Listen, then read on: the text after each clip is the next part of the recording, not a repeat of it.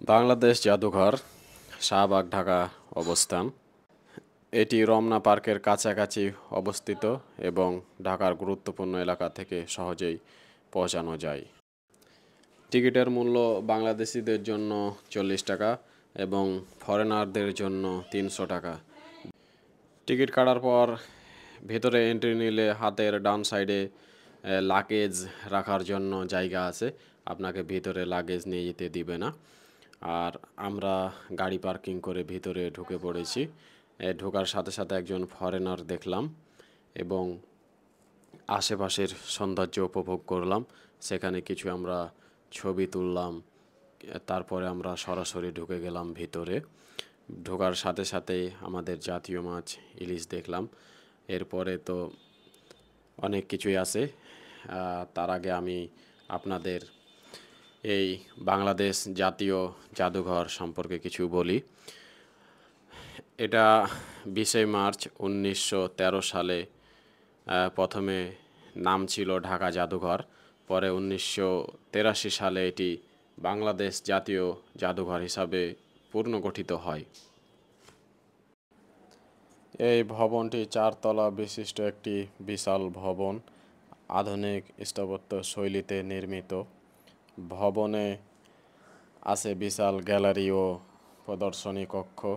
প্রধান বিভাগ, ডিপার্টমেন্ট, ইতিহাস ও ক্লাসিক্যাল শিল্প বিভাগ। প্রাচীন সভ্যতা, মুদ্রা, শিলালিপি, মূর্তি, পাণ্ডুলিপি প্রভৃতি। প্রাকৃতিক ইতিহাস বিভাগ। জীববিজ্ঞান, ভূবিজ্ঞান, জীবাশ্ম প্রাণী ও উদ্ভিদের নমুনা। মানবজাতি ও নৃবিজ্ঞান বিভাগ। বাংলাদেশের বিভিন্ন আদিবাসী ও জাতিগোষ্ঠীর জীবনধারা, সমকালীন ও বিশ্ব সভ্যতার বিভাগ। আধুনিক শিল্প, বিশ্ব ঐতিহ্য ও সংস্কৃতি।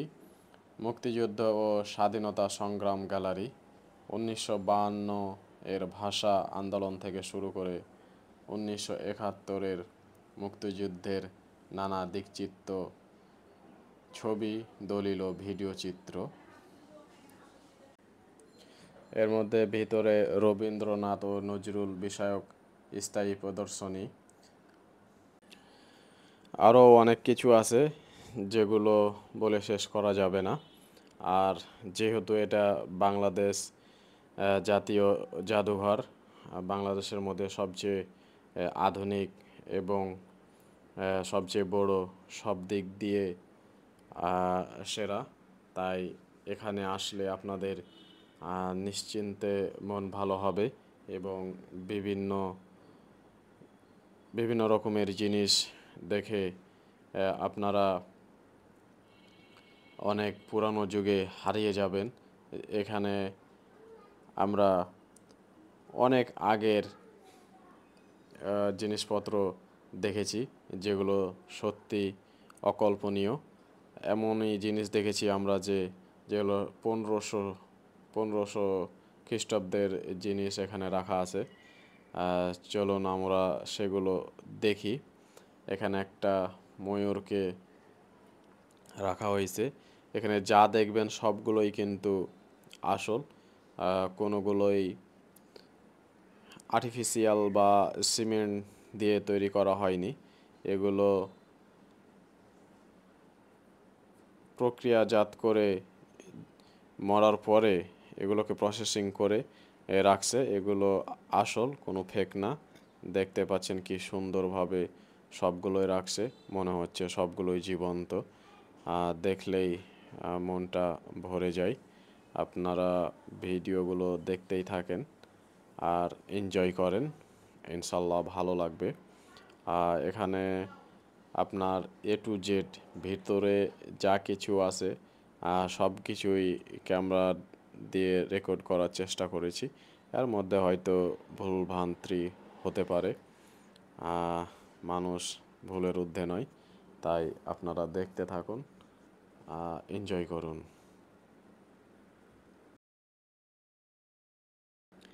এই যে বানরগুলো দেখেন কিভাবে সংগ্রহ করে রাখছে। একজন ঘুমাচ্ছে,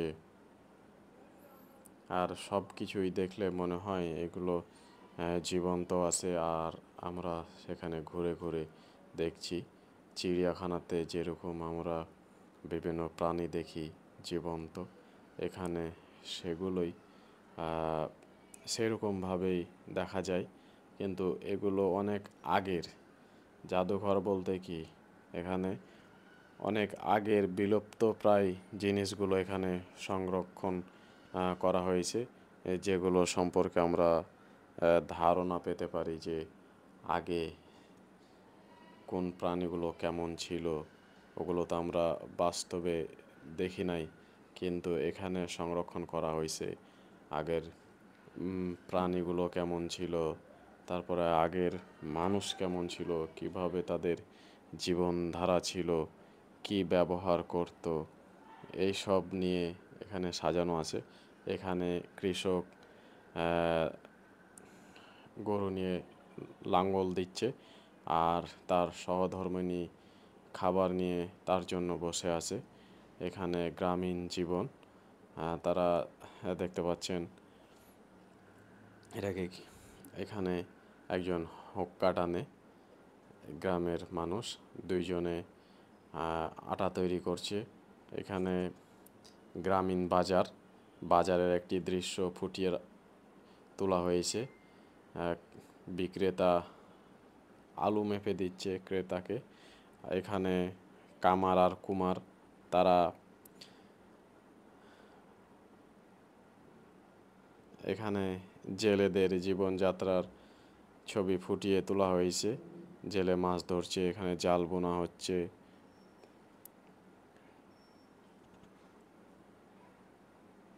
গ্রামের পরিবেশের জিনিসপত্র সব কিছুই সংরক্ষিত করা হয়েছে। দেখতেও খুব সুন্দর লাগে, মনটা ভরে যায়। অনেক অনেক ইউনিক জিনিস যেগুলো আমাদের দেখা হয়নি, সেগুলো এখানে সংরক্ষণ করা আছে। আপনারা আসবেন, দেখবেন, ভালো লাগবে, এবং বাংলাদেশের সংস্কৃতি সম্পর্কে ধারণা পাবেন।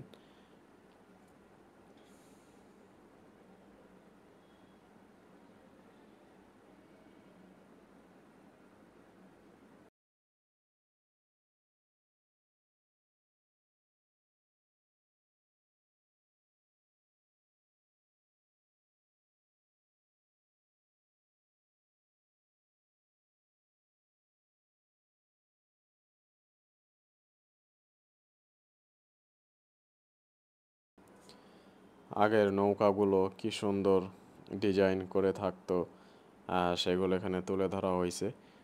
দেখেন কতই না সুন্দর এবং কিউট লাগে, দেখলেই সত্যি অনেক মনটা ভরে যায়। এই গ্যালারিতে সবগুলোই নৌকা দেখলাম, এক একগুলোর এক এক নাম, সেগুলো আমার জানা নেই।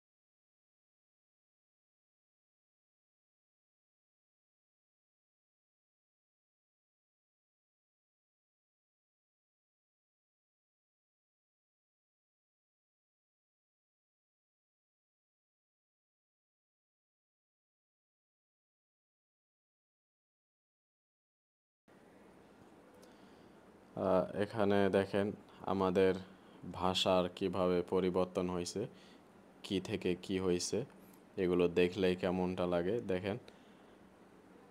আর এখানে আগের সময় কিভাবে বিনিময় হতো। আর এই সংগ্রহশালায় যা দেখবেন সব কিছুই হাতির দাঁতের এগুলো দিয়ে সংরক্ষণ করা আছে। কত সুন্দরভাবে তৈরি করা হয়েছে। এগুলো সব হাতির দাঁতের সংগ্রহশালা। হাতের দাঁতকে প্রসেসিং করে এগুলো বানানো হয়েছে। পরিশেষে বলতে চাই, যদি ভিডিও দেখে আপনাদের ভালো লেগে থাকে এবং আনন্দ পান, ইনশাল্লাহ আমার পেজটা ফলো দিয়েন, লাইক কমেন্ট শেয়ার করে যায়েন। এত কষ্ট করে ভিডিও করার একটাই লক্ষ্য, আপনাদের ভালোবাসা অর্জন করা। ভালো থাকবেন, সুস্থ থাকবেন, আমাদের পাশে থাকবেন। মানুষ মানুষের জন্য, জীবন জীবনের জন্য। আল্লাহ হাফেজ।